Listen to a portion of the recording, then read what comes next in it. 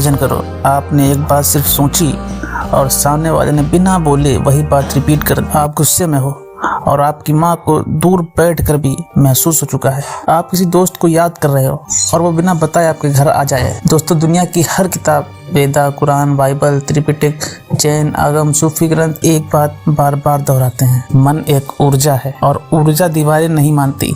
आज हम देखने वाले हैं हर धर्म के मुताबिक टेलीपैथी का सच। वेदास कहते हैं विचार एक तरंग है। ऋग्वेदा में मन संवाद लिखा है, मन से मन तक संदेश पहुंचना। उपनिषद कहता है जो मन को जीत ले वो दूसरे के मन को समझ लेता है। योग सूत्र में पतंजलि 2 शक्तियों का जिक्र करते हैं, परमन ज्ञान, किसी और के मन की वृत्ति जान लेना, दूरदर्शन, दूर की चीज को मन से महसूस कर लेना। योगी लोग ध्यान से इतनी शांति बना देते थे कि उनकी ब्रेन वेव्स दूर तक असर करती थी। हिंदू धर्म में टेलीपैथी एक सिद्ध है, अभ्यास से हासिल होने वाली शक्ति। इस्लाम में टेलीपैथी का सीधा शब्द नहीं मिलता, लेकिन 2 बहुत गहरे कॉन्सेप्ट हैं। इल्हाम, दिल में डाला गया ख्याल। कुरान कहती है अल्लाह इंसान के दिल में राह दिखाने वाला ख्याल डाल सकता है। ये टेलीपैथिक सिग्नल जैसा ही है, बिना आवाज, बिना इशारा, बस दिल पर उतरने वाला संदेश, दिलों का कनेक्शन। हदीस कहती है माँ को अपने बच्चे का दर्द सबसे पहले महसूस होता है। इस्लाम के मुताबिक टेलीपैथी रूहानी रिश्ता। बाइबल में टेलीपैथी शब्द नहीं है और 2 चीजें बिल्कुल मिलती जुलती हैं। Holi spirit, communication, shared mind. Prophets को संदेश सीधे मन में मिलता है, कोई आवाज नहीं, फिर भी मैसेज क्लियर। बाइबल कहती है 2 लोग जब एक विश्वास में हो उनकी सोच एक हो जाती है। टन दुनिया है, इसे ही टेलीपैथी कहते हैं। तोरा में लिखा है प्रोफेट्स को साइलेंट मैसेज मिलता है जो दिल में उतार दिया जाता है। रैबिस कहते हैं मन की ऊर्जा ब्रह्मांड में फैलती है। ये टेलीपैथिक वाइब्रेशंस जैसे ही थ्योरी है। बुद्धिज्म में टेलीपैथी को केटोपेरिया नाना कहा गया। यह बुद्धा की 6 महाशक्तियां में से एक है। एक भिक्षु गहरे मेडिटेशन में दूसरे मन के भाव पढ़ सकता है। ये कोई जादू नहीं, ये माइंड क्लैरिटी का हाईएस्ट लेवल है। बुद्धिज्म के मुताबिक टेलीपैथी एक ध्यान का फल है। जैन आगम ग्रंथों में लिखा है मना प्रज्ञा जनन, मतलब दूसरे मन की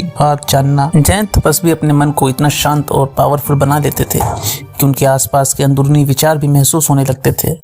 जैन धर्म में टेलीपैथी एक प्योर माइंड पावर है। सूफी संत टेलीपैथी को दिल की आवाज कहते थे। मुर्शिद को मुरीद का हाल बिना बोले पता चल जाता था। 2 रूहें अगर मोहब्बत में हो तो एक की सोच दूसरे तक पहुंचती है। सूफी टेक्स्ट कहते हैं रूहें बोलती हैं, जुबान सिर्फ उनका अनुवाद करती है। पिरामिड टेक्स्ट में का एनर्जी का कॉन्सेप्ट मिलता है, इंसान की लाइफ फोर्स जो सोच को दूसरे तक भेज सकती है। फराउस को माइंड साइट की शक्ति दी जाती थी। ये भी टेलीपैथी जैसा ही सिस्टम था। मन हवा जैसी लहर है, जब 2 दिमाग एक जैसे हों उनकी वेव्स एक दूसरे में खुल जाती हैं। इससे वो बोलते थे नोएटिक कम्युनिकेशन, मतलब सोच का अदृश्य आदान प्रदान। दोस्तों, हर धर्म, हर किताब, हर सिविलाइजेशन एक ही बात कहती है, विचार तरंग है, तरंग दूरी नहीं मानती। 2 मन अगर जुड़े हों तो सोच पहुंच जाती है। साइंस अभी तक प्रूफ नहीं दे पाई, लेकिन किताबें कहती हैं टेलीपैथी इंसान की सबसे पुरानी शक्ति है और शायद ये शक्ति हम सबके अंदर सो रही।